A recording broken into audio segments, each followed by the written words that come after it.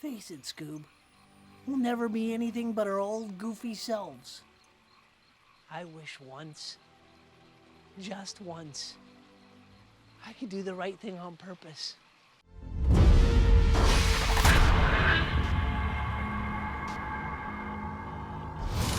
Hello, welcome back to Ycft.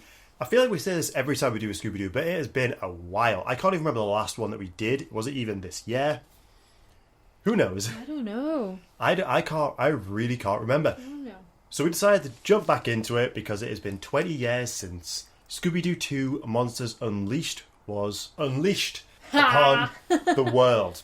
I have to admit, just straight off the bat, I don't have as much nostalgic attachment to this one as you do. I have a lot of nostalgia for this one. I always was much more of a fan of the first one. Although I realised upon rewatch it's a long time since I've watched it. It's an incredibly quotable movie, and there is a lot that I'm like, oh yeah, I remember this. Oh yeah, this is cool. Oh, this is cool. I was like, oh, maybe I am a bit more attached than I thought. But I think I always just prefer, if I'm going to choose one to watch, I'm going to watch this one. Interesting. Even though this one is more of a traditional Scooby-Doo story. It is. The gang are attending the opening of a museum exhibition all on their past cases. Yes. What's it called? The Coulsonian Criminology Museum that is curated by Patrick Wisely, I think his name is. Yeah, played by Seth Green. Yes. So we have another Buffy the Vampire Slayer alumni Yeah, we do. in this. And obviously it's set in Coolsville. It's a very uncool sounding place. And So if you're from Coulsville, you are Coulsonian, Coulsonian. I guess. Yeah, this exhibition is full of costumes from their old cases, and apparently, like, if you went up to them on the set, they had a little plaque with a little description about them, and you can see a couple that didn't make it into the main movie, but they are part of this exhibition. They are attacked by this new masked baddie who wants to embarrass Mystery Inc., who has taken the pterodactyl ghost's costume and transformed it into a real monster. Then he proceeds to do that with other costumes. Yes. That evil masked figure that you were referring to, his name throughout the movie is also Evil Masked Figure. Oh, is it? He is evil masked figure. I don't think he has another name. But he doesn't have the presence of a Rowan Atkinson. He's not a Rowan Atkinson, I will grant you that. I think I even prefer Scrappy as the bad guy over him. He's just a bit dull. But the biggest draw of this movie is that a lot of the monsters are based on monsters from the original series. Yay! So Raja Gosnell returned to direct. James Gunn wrote again. Yeah, he's back. And we have the returning cast of... so we have Freddie Prinze Jr. as Fred. We have Sarah Michelle Gellar as Daphne. Linda Cardellini as Velma. And Matthew Lillard as Shaggy. I can't remember who voices Scooby. Neither can I. It's interesting, considering they weren't happy about the film they were working on the first time round. Yeah. Obviously, it was a massive success. So It was. Obviously, a lot of reasons to come back. Yes, but there was a lot. I mean, the first one, it was always a bit of a dispute of how much of a kids' movie is it versus how racy can we make it. Whereas there was also drama around this one and the casting. This was news to me. I had no idea this was a thing. There was budget cuts deep into production, but even from the very start, top of trivia, all you can see is, Freddie Prinze Jr. took a pay cut in order to give his co-stars a pay rise. Like, oh, that's cool, that's a very nice one. When you look into it, you realise the studio asked him to do that, and he said, well, the last movie made, $750 million. I'm going to quote him, he's like, are y'all giving them a pay rise, or am I giving them a pay rise? Like, why should he have to take a pay cut when everyone else can, when surely they've got the money to pay everyone equally? I understand his point. Yeah. I understand his point. Like, the money should have been granted from the studio, not from Freddie's paycheck. Yeah. And that is, he should have stood up for himself there. That's just morally not okay. So, apparently Warner Brothers leaked his pay to the press, and that kind of forced Freddie's hand, and he took the pay cut. Yeah. Relationships soured, I think, from that point on. And I doubt, because they did have plans to do a third one, which was going to be set in Scotland, and I think it was going to be about a lot of the monsters that they'd wronged, that maybe weren't, like, evil and they'd kind of ruined their lives. That would have been great. Different setting and everything. Yeah, and that was going to be very much a Shaggy and Scooby-centric story, dealing with the way they view monsters. Yeah. Highly unlikely that Freddy would have returned for a third one. Yeah. Seeing that situation. Yeah, sounds like it. It's a shame. It sounded like it actually ended kind of bitterly between Freddy and the studio, or the producers. It seems, from all the behind-the-scenes scene, the actual making of the movie was a lot of fun. I would like to think so, yeah. Yeah, so the monsters we have in this, the costumes that are brought back to life. So yeah, we have the pterodactyl ghost. We have the Tar Monster, Yes. which must have been very expensive for the time. Yes. Like, it's a bit dated, but we have the 10,000 volt ghost. Yes. We have Captain Cutler. My favourite. Captain Cutler's great. We've got the Minor 49er. Oh, we got Minor 49er. The Black Knight. Yes. Which, it makes sense. He was the very first. He's the OG, Mr. He is the OG. Wickles. We have the Zombie. Yeah. We have the Skeleton Ghosts. Yeah. And Cotton Candy. It's weird because the Cotton Candy Ghosts in the series are green. In this one, it's literally in one shot. We see like one scene with him. The one ghost that Shaggy and Scooby can easily defeat. Yeah, so it's cool. It is cool to see a lot of these back, and there's lots of references to just other stuff within the Scooby-Doo world. Yeah. So it's all argues like, is this for kids or is this for people that have grown up with it? When they go and visit like the old creepy mansion of one of their, it was the original Black Knight ghost, wasn't it? Mr. Wickles, played by Peter Boyle. Stellar casting. And the house looks like, the house from the beginning of the Scooby-Doo credits, and even the bats come out the door. I was like, I love that attention to detail. Yes, it's nice little touch. Stuff like that I massively appreciate. What I didn't like was the design of the Black Knight ghost. I also didn't like him. Black Knight ghost doesn't speak either. No, in this one he does. Yeah, there was just something off about it, and I was kind of like, proportion-wise, he felt a bit off. Like, his torso was very tall, but then he didn't seem to have like the tallest of legs. So yeah, it was a little bit odd just kind of looking at him from afar. Whereas, I don't know, he just also didn't particularly look intimidating. Like his what is it, the visor? Yeah. That just looked a bit odd, a little bit different. To Yeah, I what wasn't it a big fan of the design. I got a chuckle out, but when Velma's looking through the book trying to find a way to defeat this monster, it kicks him in the bollocks. He goes, "Oh, right in the round tables." Right in the round tables. My mind instantly went to Hotel Transylvania for some reason, because there's a very similar scene in that with a possessed suit of armor, and Quasimodo kicks him there, and he goes, "Oh, why did that hurt me? Why did that hurt me? I just thought that was a much funnier way of doing it. Yeah. They're the only references I have of possessed suits of armor being kicked in that area. Are you sure you haven't got any more up your sleeve? I feel like I need a third one really for a proper comparison. I realise when looking at this, it's a kids' film, and there's going to be some silliness. That's fine. This one delves into silliness more so, I think. Yeah. But the cast still look like they're having a lot of fun. We have a whole side plot of Scooby and Shaggy not feeling like they belong in the gang, not feeling like they're real detectives, and that to me is the heart of the story, because they are the most interesting characters. They are, and they feel like they screwed up at the beginning, because at the museum heist where the evil masked figure breaks in and causes havoc and steals a couple of the costumes, Shaggy and Scooby were integral in trying to capture, was it the pterodactyl ghost specifically? And they failed. They just made a mess. They made a complete mess of it. They made a shambles of it. And they overhear, I think, the rest of the gang talking about how they don't blame Shaggy and Scooby, but very much, referencing like, oh, if Shaggy had done this or if Scooby had done that. So they feel like they've let the gang down. It's my fault, too. We all know how Shaggy and Scooby can be. But it's all right. We just need to stay strong, in control, and work fast. And then another side plot, along with that, kind of coinciding with it, is the press turn against the gang and kind of basically start a bit of a smear campaign in that, Mystery Inc. aren't all what they've cracked up to be, and, they're failing us as a town, and, editing interviews and sound bites with Fred to make it seem like he doesn't really care about the people of Coolsville. No! Hey, you're doing that thing again where you take everything I say out of context. You're trying to make it look like I think Coolsville sucks. No! Don't record that! Fred Jones had to say was, I think Coolsville sucks. in light of the city's recent chaos. So I actually kind of like that. I like that element where the gang feel like they need to prove themselves, Yeah. and they need to prove themselves worthy. I also like how they give Velma a love story, which they do kind of forget about after a little bit, just like in the first one. Yes, she and Patrick. She and Patrick, which when you put them next to each other, it's like, yeah, that would just work. But it Yeah. leads to be honest, probably one of the most memorable scenes when Daphne tries to dress up Velma for a date, and it's the leather. What I don't even know what you call It's this a jumpsuit. The leather jumpsuit. Who's your mommy? He's like, my mom. My mommy? Who's your mommy? My mommy? All right, I have a question. Whose suit was that? Again, it's a kids' movie, I know, but that scene there is not for kids. Valid question. Which one of them had that suit? Because it's not in anyone's colour than Well, Velma's. So Velma must have had it. Everything we know about Velma, especially in these two films, shy, timid Velma who doesn't date, mystery is her mistress, as she aptly says at the beginning. Why does she have a sexy leather orange jumpsuit?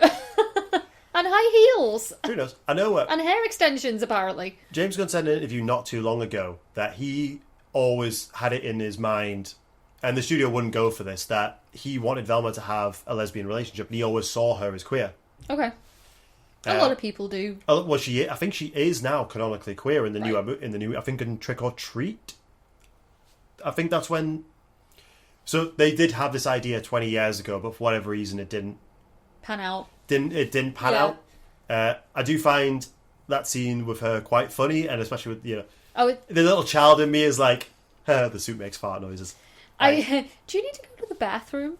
No, I can't in this suit. As a woman, did you fully relate to that? Oh yeah, totally. Also like praise to Linda Cardellini, who is just, she's wonderful. She's wonderful in the first one. She's wonderful in this. She's a great actress in general. But her comedic timing and her physical comedy is actually brilliant. Yeah. She's really good. Like, awkwardly trying to be sexy and doing a really bad job of it. Yeah. It's a lot of fun. Because let's be fair, Velma's kind of sexy anyway. Velma is sexy. And apparently the cast, most of them did their own stunts here. Fun. Which, considering there's a jousting scene on a motorbike Yeah. later on, Freddie did that. Obviously Sarah got to show off a lot of her skills fighting the inner Buffy comes out. The inner Buffy comes out when fighting the Black Knight. So I appreciate them getting the opportunities to do that. You got to. I feel like each character gets a moment to shine. Yeah, they do. But they do kind of forget about Velma's love interest Until it's relevant again. because they try and kind of set him up to maybe be the bad guy. Yeah. At no point do we believe it. Yeah. I really like there's a scene when Scooby and Shaggy are trying to be brave. Yeah. They go to essentially what is a villain pub where The faux ghost. Is that what it's called? Yeah, but it's their first clue that they find as well. Yeah, because they're going through this mansion, they find a legit clue, And they're so excited. Yeah, rather than bringing it to the gang, they decide to investigate it themselves. Yeah, so they can solve the mystery. Yeah, and this is a treat for fans. Like the sign on the bar is neon swapping between different faces. The windows are Charlie the android, it's my personal favorite episode of Scooby-Doo. Yeah. They see like unmasked versions of all like a lot of their previous catches, and I'm like, this is really cool. And we get that side of it of like what happens to these ghosts after. Yeah, it's like they all just kind of band together and drink away their sorrows. We get Scooby dressing up in another really unconvincing costume. Yeah. Apparently, like, 'cause he wears an afro, a lot of people think that it might be a bit. I've seen things online that people have referenced that scene. That, to some extent, it could be argued it's cultural appropriation because Scooby, he dons an afro and they sing like disco songs from the 70s. And I just can't help but feel like, cultural appropriation is a thing. And, it's not a good thing. And, let's call it out where we see it. Let's put a stop to it. But I feel like if your one argument for it is your one reference is Scooby-Doo, Monsters Unleashed from 2004, you need a stronger argument. Scooby is not a white man or a black man. He's a CG dog. He is a talking dog. He's a talking dog. He is not real. And let's be fair, it's not as scary as him dressed up as an old woman on the plane in the first movie. Who's the old broad? The faux ghost scene is great. I would also just like to point out it's a treat for Scooby-Doo fans, but it's also a treat for X-Files fans, because not only is Peter Boyle in this movie and in the sequence, we also have another X-Files alumni, Karen Cavoni, is that her name? Karen Conoval, that's it. Both starred in absolute slam dunk episodes of the X-Files. She was in Home, the incest one. She's Mrs. Peacock. She's the amputee mum who slides under the bed. Yeah. And Peter Boyle is Clyde Bruckman in Clyde Bruckman's Final Repose, which is often considered the greatest episode ever. Both of those are fantastic episodes. Two of them in the same scene together. I love that. Yeah, I like it so that they've dressed up as budding villains. And you get this interesting, there's a whack-a-mole machine with just the gang on it, which I love. That is so, he talks to Old Man Winkles? Wickles. Wickles. And he basically says, like, you don't want to go down this path, I had everything and I've lost it. So maybe you might want to thank Crispin. And he's like, what? And he's still incredibly angry. And Shaggy just, like, slowly puts his costume back on. Yeah, I know. I love it when that Karen, I can't remember her character's name, but she likes Scooby, and so she starts flirting. I think with she was him. meant to be a witch, wasn't she? A witch, yeah. And she's like, hello, handsome. He's like, hello, Hello, baby. Like, Scooby's wig comes off and they get chucked down. That's when they meet Patrick out the back, who's looking for clues and is acting all weird.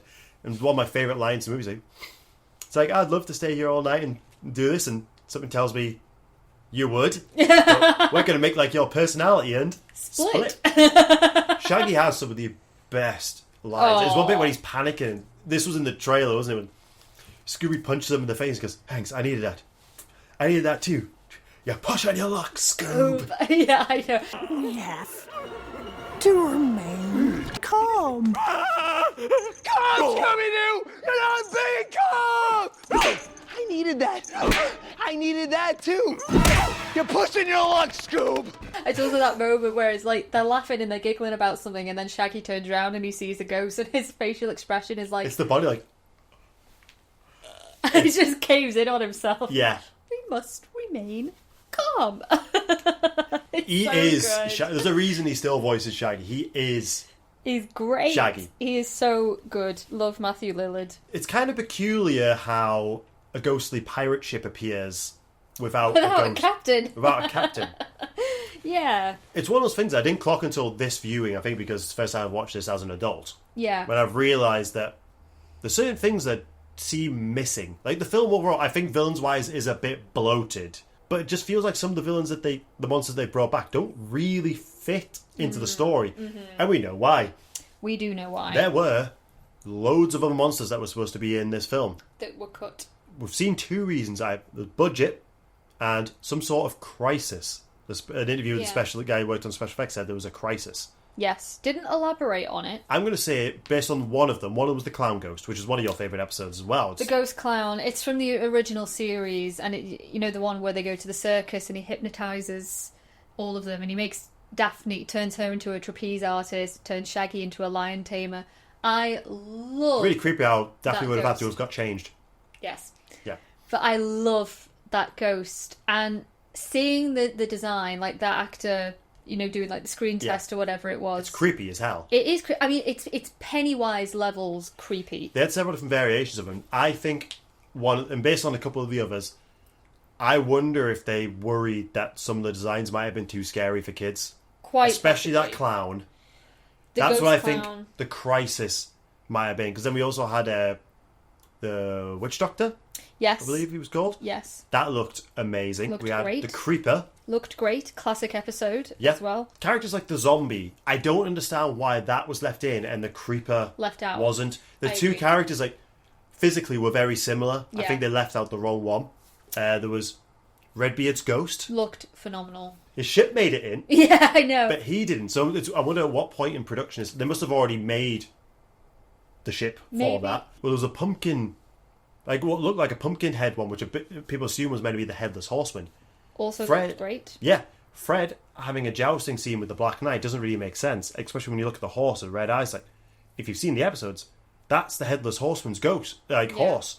Fred was supposed to have a joust with him, not the Black Knight. That would have made so much more sense. Would have made a lot more sense. Well, once there was a witch. There was a witch who looked fantastic as well. There I was- don't know if she was from the episode where we also have the zombie. I Because think she was. there's an episode, isn't there, with a zombie, a witch, Yeah. and maybe a werewolf as well. Well, the rumor. I think yeah. we didn't see any design for this one, but I think the Wolfman was going to be a part. The werewolf was going to be a part of That's it. also a classic But we didn't. design. Yeah, I love that. It's like very classic Universal monsters. There was Chickenstein from A Pup Named Scooby-Doo. One of the more obscure. One of the more obscure, but his costume you can clearly see in the beginning of the film. Yeah. Because all the costumes were designed to be Yeah. worn. They did a test with a Velma stand-in, and he looked really intimidating. That Yeah. might be another one. It's like, would that have been too scary? The Mortician. We debated.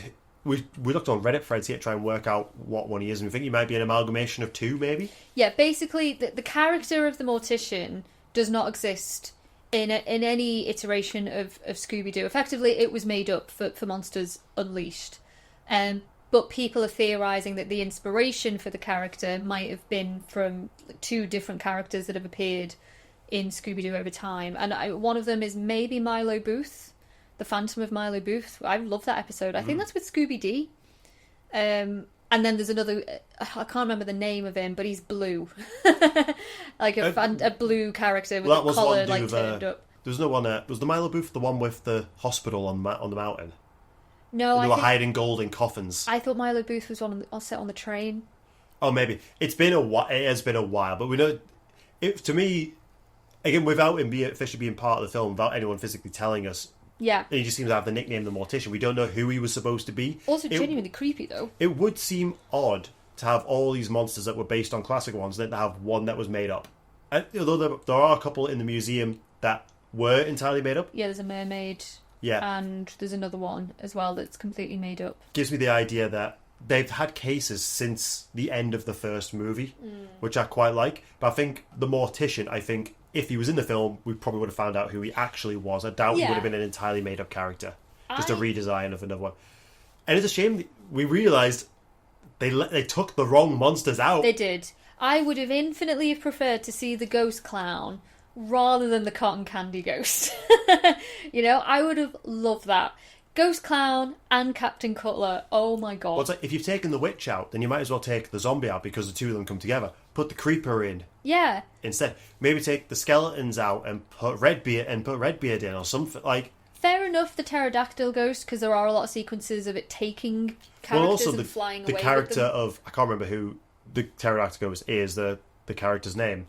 He is Jonathan Jacobo. He is a part of the plot, so he's pretty essential to be in there. But the rest you can just switch. I think you need the pterodactyl ghost and for Jacobo, and you need the Black Knight ghost because they're so integral to the story. Yeah. The rest were pretty interchangeable. A bit of a shame. Now I know that there was supposed to be more. What they look like. It's like, it is a shame. And watching the makeup tests with all of the other costumes, it really reminded me of 13 Ghosts. 2001? 2001, 13 Ghosts. Obviously, like all with Matthew Lillard. Also with Matthew Lillard, and of course, all of those ghosts have their own backstory, all like very unique makeup and special effects. I love that. So it is a bit of a shame now that I know that we could have had more. With 13 Ghosts, everyone really wants a TV series based on all the different ghosts. Yeah. Even with this movie, the ones that are left in, you can then go back and watch all the episodes that they came from. Yeah. It's kind of like, what a lot of movies are doing now, like multiversal stuff and bringing in characters from different movies, like with the likes like Wolverine, Spider-Man, The Flash. So then you go back and watch all these movies. Scooby-Doo did it back in 2004. Yeah. Gotta say, Captain Cutler looks great. He does look very good. Him and Minor 49er look spot on. Yeah. The 10,000 volt ghost, I think that's the right amount of volts. He looks really good. He does look very good. And his fight with Daphne was pretty cool. We saw some behind the scenes of her getting terrified by the sparks that the sparks effects. Yeah, I don't think she was expecting them to fly out quite as as much as they did. So yeah, she got very spooked doing that. Yeah. Should we say who the big bad ends up being? Oh yeah, we got to. I can't even remember. The evil masked figure. The evil masked figure. They could have gone like the Phantom or something like that. Is unmasked to be Heather Jasper Howe. Yes, played by Alicia Silverstone. Alicia Silverstone. Batgirl in Batman and Robin for... She's in Clueless, famously. Clueless. I think she was in Batman and Robin. I might be wrong. I'll have to double check that. I think she is. I think she was, yeah. God, she had a bad run of movies. I love Clueless, but... So yeah, she was on purposely doing the smear campaign, but then it's the double unmasking. Because Heather Jasper Howe really is Jonathan Jacobo. Because Heather Jasper Howe is actually... Dr. Jonathan Jacobo, the original pterodactyl ghost. With Seth Green's character, at no point did I think he was... He's too small. Yeah.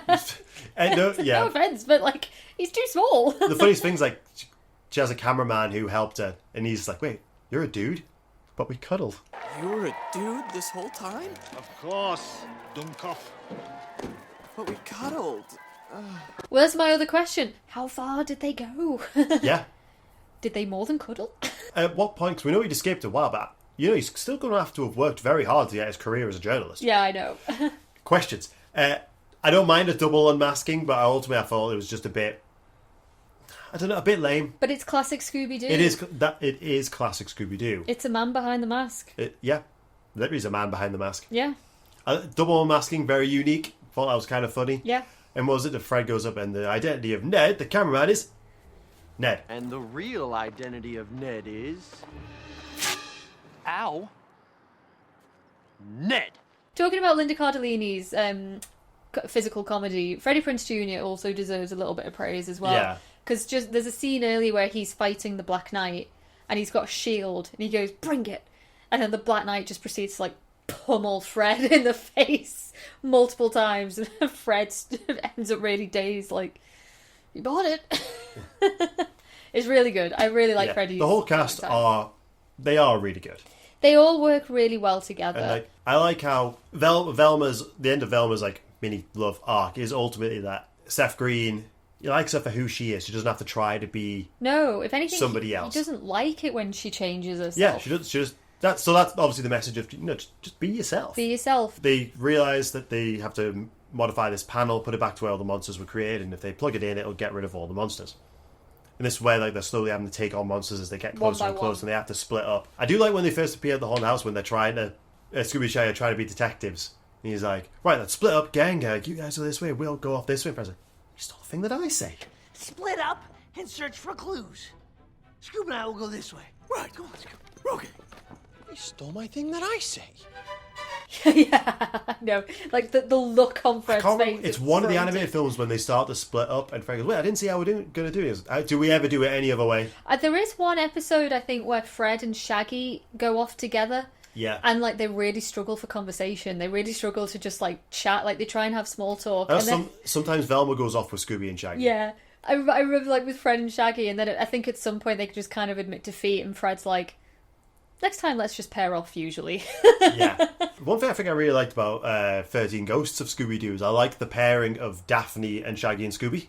Yeah, It kind of works. I think that's what I liked about that animated movie. We'll get into that one another day. That was a project we started to work on, but we never quite managed to finish it, go all the way with it, but we'll return to it. So Velma gives the panel to Scooby and Shaggy and said, we can't do this. Like, we're just screw-ups. Like, we tried, we can't do it. And she admits, like, she always kind of wanted to be more like them because they're so confident in who they are, and they're also, when they're scared, they're scared. When they're happy, they're happy. When they're hungry, they're hungry. They are what they are. Yeah. And she's always been jealous of that. I always wanted to be like you guys. You guys are so free. You're never afraid to be who you really are. Whether you're fearful or joyful or hungry. It's a really lovely moment between them all. Between those three as well. As you said earlier, like, Shaggy and Scooby are kind of the heart of the movie, the beating heart, and they sort of are throughout the entire franchise. Yeah, especially in the first movie. It sounded like going on to the third one, they were going to continue to be the heart and soul of it. And also, the ending of the movie, like, where all of the ghosts, all the gangs, like, face off a ghost each. They all tackle one, but then they're all sort of sequestered by the tar monster, who kind of proceeds to suffocate the gang. Oh, yeah. Like, very slowly. And so Scooby is the last one standing. And it's just really sweet, because, like, Scooby he looks at Fred, and he looks at Velma, he looks at Daphne, he looks at Shaggy, and they're all effectively dying in front of him. And you could just see him, like, start to shake and quiver and get really upset, like he doesn't really know what to do. And that always gets to me a little bit. But then he becomes the hero. He becomes the hero Scooby. that Coolsville needs. Dooby. And deserves. Do. Really, I always did like that. Yeah. Who do you think you are? Scooby? Dooby? Doo! Nice, simple message. It is a simple message. God, the scene where him and Shaggy are trying different chemicals and turning into things. Oh, it's great. I mean, janky CG or It was combo, yeah. The motion for female Shaggy, that was two actors, so it was Matthew Lillard and a woman, and they did like a motion control camera to get the motions right, and then just kind of blended the two. It's so weird to look at. But then Shaggy turns into like this really like big, like muscly guy. I'm buff. And then Scooby turns into a scientist, like a very intelligent British scientist. Well, he turns into a weird slug monster first, then he turns into the Tasmanian devil. Oh yeah. One of us. apparently he was supposed to turn into George Bush. Which is weird. Yeah, but I think they realised that just probably wouldn't work, so they swapped it with Tasmanian Devil, which I thought was much funnier. And then he becomes an Einstein Scooby and he works out how to fix them. Good lord. It would appear I've become fiercely intelligent. Silly little scene, but it's kind of fun. But the weird seeing sexy Shaggy is just weird. Sexy. Yeah. It's too bizarre. Yeah, I know. It's a fun little sequence, though. We interrupt our program to bring you this important message. We'd like to shout out our groovy members. We appreciate everything you do for this channel and helping us grow. You guys are awesome. One thing I really miss about this era of films, like when we put the DVD in, there's loads of like extras, like little behind the scenes, music videos. But there's this little thing saying, for more extras, put this DVD into your CD-ROM. Basically, tell me to plug the film into my computer to get more Hello, features. 2004. But also, like, the title sequences were animated. It took us to an animated version of like the docks where the villain pub was, and you can just see like more details. I'm like, I loved it when DVDs would go that extra. Yeah. It was weird seeing an advert for Prisoner of Azkaban before this. Oh my god, yeah. It wasn't the best trailer for Prisoner of Azkaban. I have No, to it say. wasn't. But yeah, I miss when the DVDs would have a lot of effort put into them. I agree. Yeah, I love seeing all the behind the scenes stuff, and when not even behind the scenes, just fun little additions to the movie. Yeah. Like little games that you can play and all Yeah, of that. I think there was a game on that one as well, but I think there's one you had to put it in the PC to play it. Yeah. I The weird post-credit scene. never knew this You existed. never know. So there was 2 games that came out for this film. One of them was on the Game Boy Advanced. I think Game Boy Advance SP, maybe the flippy one. I remember anyone who remembers this. I had the tribal one. Yeah. Have you ever seen him a little flipping for that one? Yeah, I've still got that at my parents' house. Yeah. Last time I charged it was about a year ago. It still works. Yeah.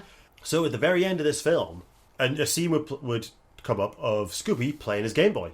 And it basically turned the screens like, put in this code to get extra content. I was like, Yeah.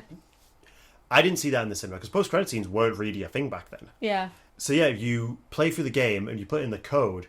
What it does is unlocks an alternate ending on the game, which more lines up with the story of the film. Because it was movie tie-in games would always change the story a bit, not to spoil the film. Ah. The game wasn't very good. Quite recently we watched some channel play through it. And it's a janky as hell game. Ultimately, it's not worth it. No. But it was so... I remember it was probably about 10 years ago where I saw that for the first time. I think I'd had it on just playing, and then it got to the end of the credits and it came on. I was like, what on earth is this? What is going I've on? never seen this before. And I think there's still a lot of people that don't know about I it. never knew it existed. Truly, 20 years of watching this film. I've never seen anything Never like knew. that since. No. Advertising a tie-in. No, I know. Surely it would make sense, because if you've brought kids to the cinema, you're not sitting through the credits. Put it at the beginning of the film. Yeah. I just wanted to call back to something you said before at the beginning, where you said that the more you watch the original, like the first Scooby-Doo movie, the more you realise you love it. And then it's kind of the opposite with this one. The more you watch Monsters Unleashed, the more you realise, actually, I prefer the original. Yeah. It's the opposite situation for me. I do like Scooby-Doo, the movie, but the more I watch it, the more I realise I really dislike what they did with Scrappy. I don't like it at all. Yeah, Scrappy I'm one of those should people that Scrappy is very unfairly Yeah. hated in the community as a whole. He should not have been the villain. I also just don't like how the gang fucking like just throw the dog out in the middle of nowhere. Like I can't forgive them for that. But the more It's because he's not a puppy, is he? he had a gland disorder, whatever. But the more I watch, they still abandoned a dog at the side of the road, you know. But the more I watch Monsters Unleashed, the more I'm like, oh, I must have watched this a lot because so many lines and quotes I remembered. And it's been well over a decade since I last watched this film. Well over. So I must have watched it a lot. And I do actually think I have more nostalgia for it in a way than the movie. I probably should, because a lot of the villains on there are villains from the TV show we watched as kids. I think just overall, I prefer the story of this one. Probably because, like we pointed out in our video on it, it so closely resembles Zombie Island. Yeah, it does. And I think I remember seeing this one in the cinema as a kid. So I would have been 9 years old when this came out. Yeah. 2002. I don't think I went to see this one in the cinema. No, I don't think I saw either. So I think I watched this one just a lot more. Yeah. Nostalgia will do its thing. Nostalgia will do its thing, and when I watch this film when I'm older, I can see the flaws, but ultimately it is a kids' film. Maybe some of the villains were taken out because they thought it might have made it too scary for kids. I still had a good time rewatching it. Yeah. But a lot of times through, I was just thinking, I kind of wish I was watching the first one. Yeah.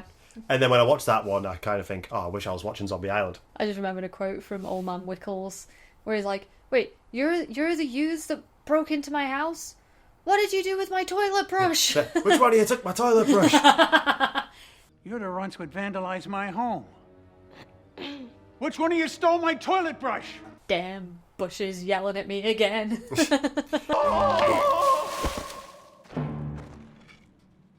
Darn bushes yowling at me again. He's a fantastic actor. He really, what's he doing in a Scooby-Doo movie? He is such a major player in Hollywood. Well, he was anyway. He passed away years ago. Again, it's one of those things like the idea of a Scooby-Doo film based on like what would happen to all these villains. That really interests. As an adult, that really interests me. Yeah, exactly. I'm one of those things that now when I watch films and there's like a ridiculous amount of destruction, I keep thinking, oh god, the bill. Yeah, property damage. Oh my god, Someone's getting sued. We recently watched the first episode. What a Night for a Night. Yeah, the very first. And when Scooby-Doo Shaggy episode. sneaks in to the museum and he just like falls down a bunch of flies out, you see it crashing, and I'm like, oh my, they have most of this stuff on loan. So many priceless artifacts there. That's also, getting old. In that episode, don't they fly a plane through the museum? They do. That's not okay, Mystery Inc. You know?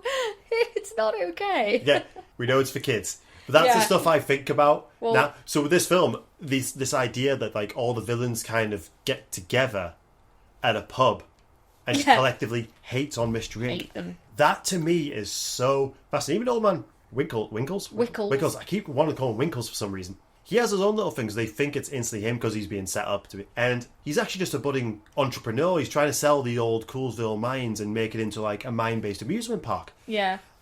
I want a film based on what the villains got up to after prison. Yeah. I love like it because him and Jacobo were cellmates in prison. Yeah. And that's why I think the gang think, oh, they must be in cahoots. But it turns out they hated each other, and a lot of the rivalry comes down to the fact that Jacobo got the leading part in My Fair Lady. Yeah. Or, like, one of them did anyway, and then the other one is really resentful, like, I was a better Eliza than you. And one of them took the other's tater tots or something. Yeah. It's, just you were on a diet. Stuff. I was doing you a favour. Jacobo, we hated each other. In the prison cafeteria, he used to steal my tater tots. And he got the lead in My Fair Lady. There's the little things in this film that I do like those little character details. Yeah. Having things that like the castle, like the big haunted mansion that directly relates back to the original series. Yeah, yeah.